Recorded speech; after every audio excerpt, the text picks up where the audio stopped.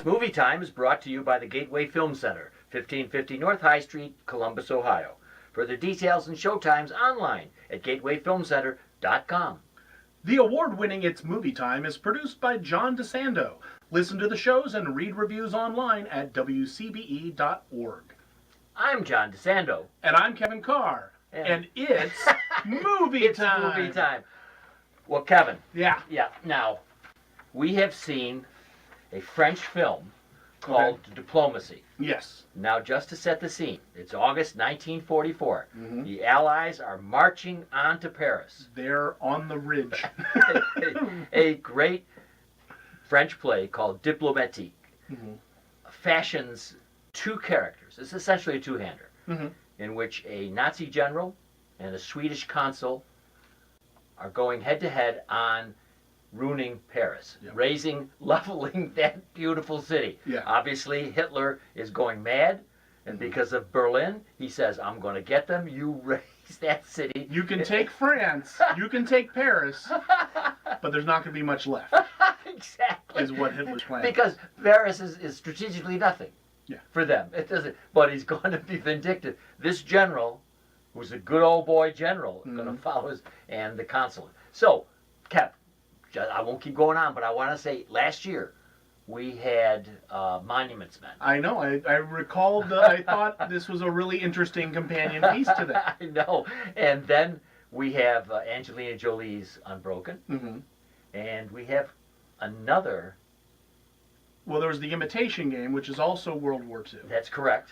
And the reason I felt that was the reason I was thinking of The Imitation Game with this movie is because it all takes place pretty much in one room. Yes. With a bunch of people talking. Yeah.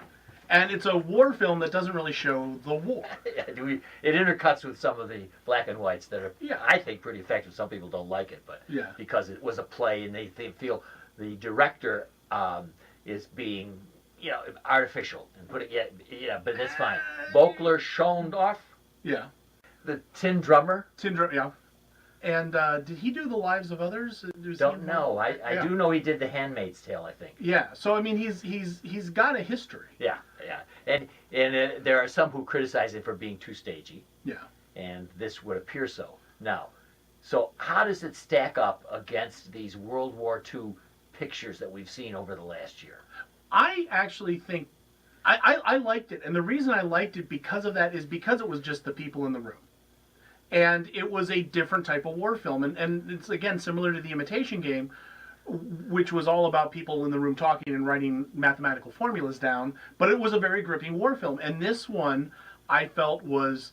I mean, we all know, if you know anything about geography, you're aware that the Eiffel Tower is still standing. I mean, this... I know, right. Isn't that the genius, though? Yeah. We sit there knowing that Paris did survive. Yeah. So we know that this general... And I believe this must be a bit of a fiction that he was responsible for doing. I think it was some other issue, but the playwright fashioned this one. Yeah. But anyway, we know that as this story goes, the Swedish consul is going to win the little game between the two of them. He's going to get the general to back off. So you and I sit there knowing it, but I'm going like for its hour and a half or so, I'm going like, it's really good. It's the how it happens. Yes. And that's what's so brilliant about, because you also look at it and say, well, again, like you said, you know what the outcome is. And you have these diametrically opposed views, and they're both dug with their heels in. Yes. Of saying, well, I need to destroy Paris, but there's also more to it as to why he needs that, not just to follow the Führer's orders and not just to do the quote unquote right thing in his own mindset, but there's reasons for his actions, and there's reasons why he's there, and all that gets revealed. And yeah, it's a bit stagey, but it's based on a stage play. I love it. I mean, I'm a language guy. Yeah. And you have that beautiful French rolling around in the back, and then you have your subtitles. So I've got a complete experience. I'm not missing a word. Yeah. And I don't want to miss a word, because the two actors are a couple of the best in France. Oh, yeah. And they can, believe me, that camera can come up tight on these guys, and they're just, and you're sitting there, I'm believing. I'm believing this guy is a pacifist, the Swedish guy. I'm believing that he really is trying to save Paris. I'm believing that the general is going to has raised other cities. He's going to do it on this one because the Fuhrer has told him to, although he has moments where there's depth to the characters. Oh. And that's the hardest thing whenever you make a film about the Nazis and in World War II. It's so easy because of how horrible they were. It's very easy to overly vilify him, to make him Darth Vader. You know, it's great. So easy to do that. Yet you have to put something there to remind us that this is what we can turn into. And I think that the best World War II movies that examine the Nazis are the ones that just don't make them a comic book character. Right. And give them reasons for what they do, as bad as it is. Yes. And that's what gives it depth, and this has that. Oh, yeah. I mean, there is nothing to be more fascinating than Nazis. Yeah. Because they're real evil. Yeah. It wasn't like we fictionalize them, and whatever we say about them, they were even worse. Yeah. And yet, they have those beautiful uniforms, and they have that dedication to their cause. At one moment, the general says, that Hitler had a gift. Yeah. He had a gift for making them all believe that they could be what they wanted to be. And I mean, it's true. Yeah. But yet he also confesses that something has happened to Hitler. Yeah. And then they turn in a little bit of a plot twist in the sense that it ratchets up considerably when we know something about the general. Yeah.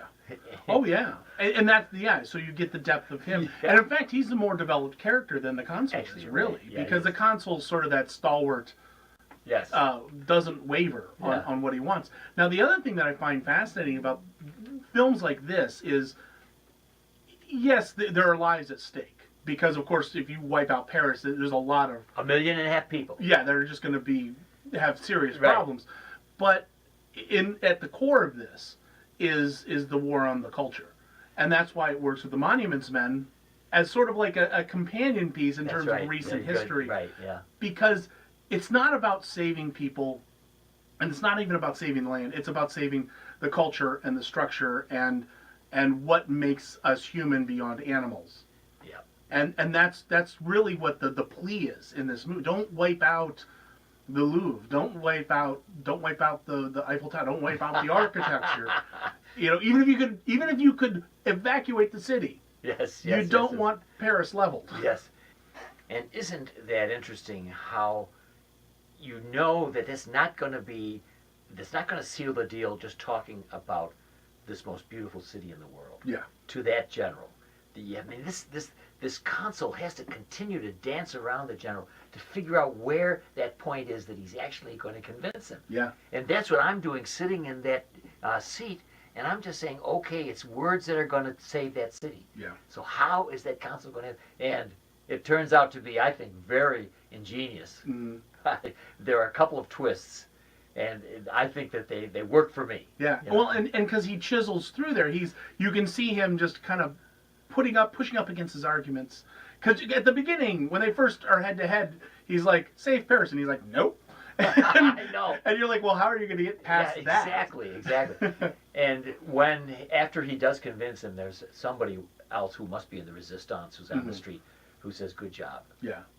Well, yeah, there's a lot of those subtleties there where you're like, well, this person has probably a bigger backstory than you're even getting. Yes. And in fact, there are some minor characters coming in and out. It's not just a two-hander, but essentially it is. Yeah. As it probably was in the play. Yeah. And they have some added little things like the secret passageway. Yeah. I mean, just kind of just a little bit of a contrivance so that we can get in there. Mm-hmm. Which may have been the way it was in the play, but hardly, I thought, could have been in reality. You never know. I know. You never know when it comes to political leaders and their indiscretions. But I think most of all, for this film, the diplomacy, or diplomatie in French, it's the acting. Yeah. That's what got me.